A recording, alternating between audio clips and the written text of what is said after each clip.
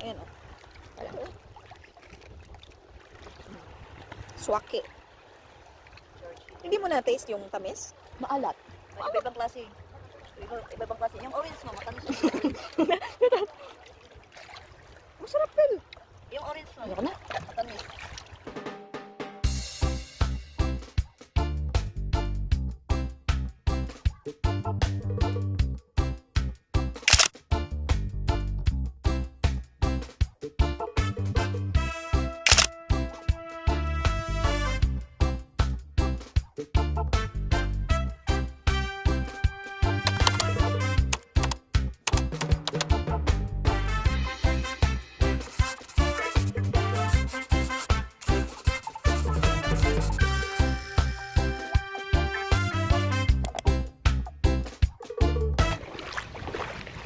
Ate Charo made me try her favorite seafood fresh from the sea. O, 150 na sa inyo na to. Kasya ba? Tama ba? Oh. Ate Cha, gusto mo ba? Kuha ka lang. Wait lang. Ah, ganito lang hitsura niya. Okay. Charo. Suka. Suka or kalamansi. Kakamay ko. Kakamay ko na nga lang. Wala kang kutsara.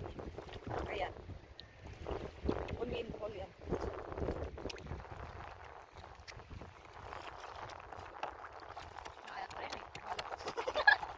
Pero masarap siya na alat. Hindi yung... Asan yung butang? Dito. Yan. Okay na ako. Ikaw ba? Unlimited yan. Charo. Saan niyo po kinukuha? Dito lang din. Hello po, bili na kayo kay ate.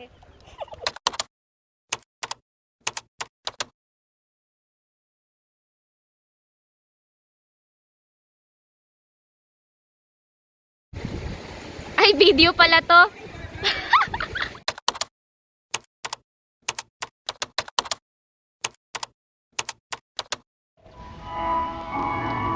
Before leaving, I wanted to make sure I visited a church for me to say thank you and guidance on my travel going home to Manila. San Agustin Church. Okay, we are now heading to my last target destination in Panglao. Ate Charo will send me to Alona Beach Resort.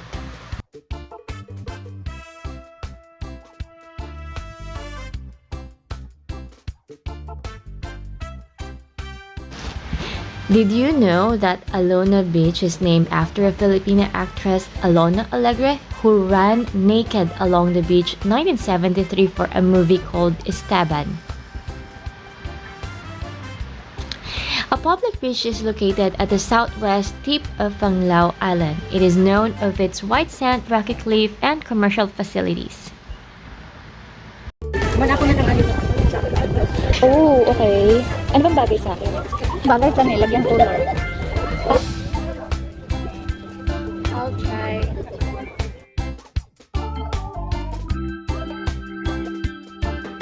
Ngayon lang na-try mo, ma.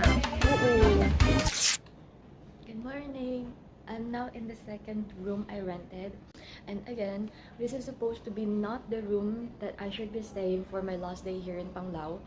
There's something happened and I wasn't aware of because I haven't received any phone calls or whatsoever. The previous resort told me, they sent me an email. My fault was I got confused with the date of when I'll be back. I forgot to reschedule the second hotel because I supposed to be here in Panglao 29th of March and then for 5 days from 29th. But what happened was the airline sent me an email and they said na it has been rescheduled to 30th. So nabawasan. But I still want to spend here like 4 or 5 days pa. I was able to change the first resort that I forgot to change the second resort. Then I reached there. Come on. Nagulat ako. When I reached the room, the resort, wala akong booking daw. I don't have my booking. I was surprised. I want to spend much of my money when I'm here in Panglao. I wanted to make sure that before I left Manila, all set talaga, as in paid. And so the only thing that I'll be spending here is food, or if there's anything that I wanted to try, like this, my hair. Yun lang. I was surprised. I don't want to spend another money for a different room. They offered me, they said they have a big room, but that is 4K for yesterday. But hello, I'm not gonna spend money for, for booking my scheduled date. And then what I did to go to Agoda travel website, whether I can find another hotel or another resort for just one night. So because after that I'll be going back to Manila na. And thankfully I found this resort, which is perfect for my budget, emergency budget. Thank you to Roman Empire. And I found funny because, okay, when I settled all my stuff here, I prepared to go back to Alona Beach because there will be a power interruption 6 a.m. to 12 noon. But I've got no choice because yesterday I had a plan of going around Alona Beach kasi 5 minutes away from the airport, so it's very convenient for me. I was amazed because before, or a week before my birthday, I dreamt about something. I dream it so clear that I was in, I don't know if it's a floating restaurant with someone, but I don't see their faces. They're trying to check what's outside. I can't figure it out if it's a swimming pool, a river, or an ocean. But I know it's a water. I'm surrounded with water. I'm standing in a big boat or a cruise or a floating restaurant with people that I don't know. They are all, I can only see their back because they're facing the water also. And I'm seeing a little boat. There are dragons. And what caught my attention is when I went near to the balcony, the golden big boat dragon appeared. The dragon was so near to me. And then I stepped back. And then I was amazed. So that's the end of story. Why am I mentioning it is because it has something to do with this hotel. Kasi when I explored yesterday on my way to Alona Beach, God, look what I found.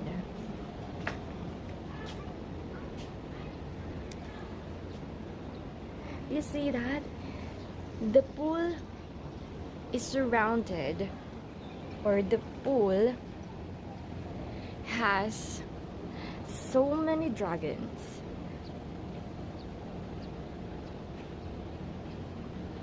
In every corner. Actually, there's more somewhere in the entrance.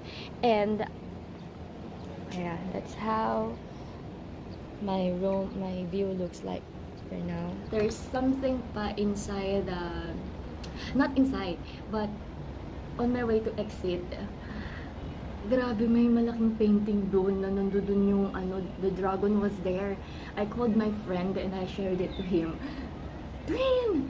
You know what, this is so strange. And then I called Ate Charo also and I shared it to her. So strange. I saw the painting and I was like, shit, this is the one in my dream. And then I fully understand that it could be not a restaurant but in a resort, because I'm in a balcony. I'm in a balcony and then I'm surrounded with pool. And then I think it rained last night. So I was staying here in Re Empire. It's quite relaxing. I think they already off the electricity interruption has been started. Kuya John, thank you. He helped me because this resort is quite far from the beaches, and because I'm near the airport, so I need someone to send me back to Resort A here safe. And also go anywhere I want. Thank you, Kuya John Ray, for just one call away, super fast. So relaxing. I don't wanna go back to Manila. Quiet moment muna.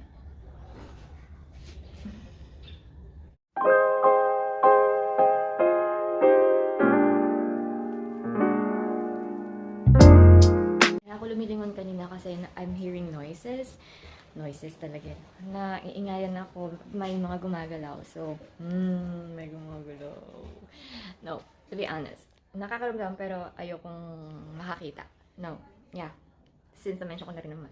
May ganoon akong moment. Lalo na kapag nagta-travel ako mag-isa. Tapos mag-isa lang ako sa resort. Mag-isa lang ako sa hotel. Nakaka-paranoid. So, one thing that I'm thinking whenever I book in a hotel room is gusto ko yung maaliwalas yung kwarto. Gusto ko mailaw. And then, laging bukas yung TV pag matutulog ako. Kasi nga, ayaw kong makaramdam ng kahit anong whatever. Eh, unfortunately, nangyari yung kahapon. So, napunta naman ako sa hindi maaliwalas na room. But, I'm very thankful kasi they accommodate me same day. And, yeah, as I mentioned, the room is the typical room and it's comfortable. Nakatulog naman ako ng payapa. The only thing I'd mention about the only reason why I mentioned about the maingay is because 6 a.m. na pala, so may power interruption. Everyone in the room went out. And dapat magsiswimming ako ng maaga para walang tao. But nasa swimming pool na silang lahat. So, and I also mentioned that I don't want to share much of what's inside the room kasi not magulo pero for privacy purposes na din. Trivia. Out of my curiosity, I asked the receptionist about the story behind the dragons.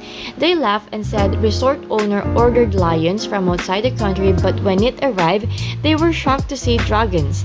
They cannot send it back due to pandemic, and if they do so, resort opening date will be delayed. Thing that I've learned kasi in 5-star hotel, you can you're paying not only for the comfortable stuff, comfortable services, but also you can access or use all the amenities. May gym, may complete the from soap, conditioner, shampoo, toothpaste, toothbrush, towels, complete, clean, malinis, hotel-like. So, we do staycation, so it's good for staycation, for 5-star resort here in Ireland. But if you are the type of person na gusto mo lang talaga mag-explore, backpackers, and yeah, most of the time spent is outside the room. So, I think this one is best. I'm gonna share to you the name later kasi medyo hindi pa ako nakakasink in. Naka-move on dun sa isang resort na binili ko. Budget friendly din yun. Binili nirent ko. Ano ba? Binook ko. Budget friendly din yun. Pero kulang sila sa communication. Hindi nila ako tinawag. Sige, let's explore na the area. I'm gonna leave. I'm ready to go na. Ganyan ako. If travel. Para pagbalik ko, close na lang all the bags. And ciao na. Let's go. So this is how. Yeah, that's how they do. Right. Yup. That's the hallway. My neighbors. Veni Vidi Vici.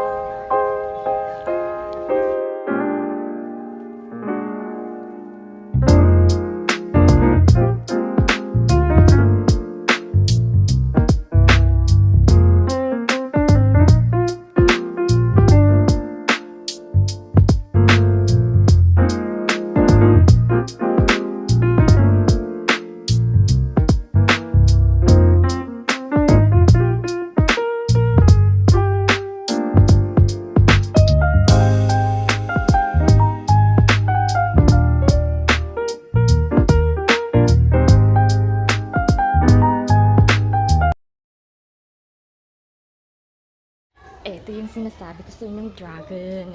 Ayan o. Shit. And then different flags. Ano kaya susunod kong pupuntahan? I think I'm going to dig muna.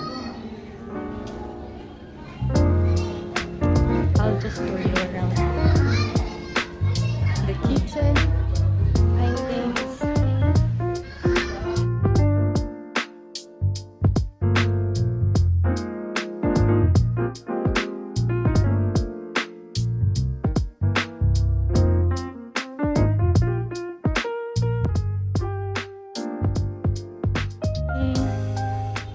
Dito ba isa-serve yung breakfast?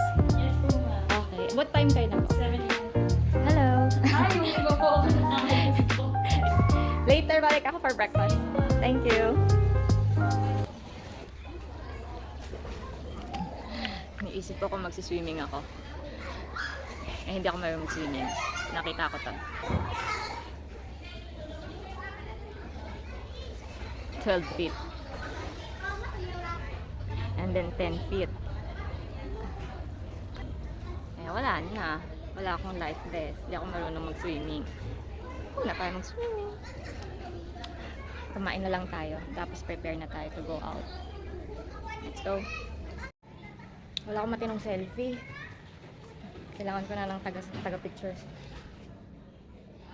Gusto ko pang mag-picture. Hindi, mag-ano na ako. Teka lang, mag-picture tayo.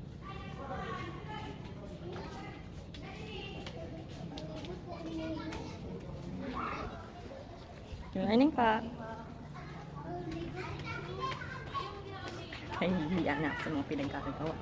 Balik na nga ako ng kwarto. Bababa ako ng 7:30 to eat, relax, and then uwi na.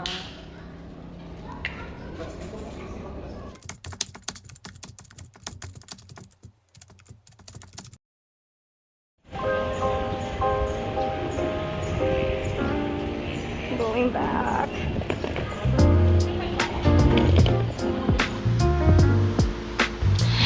Yeah, back to reality. Thank you so much, Bohol, for my very well-deserved vacation. Till next time!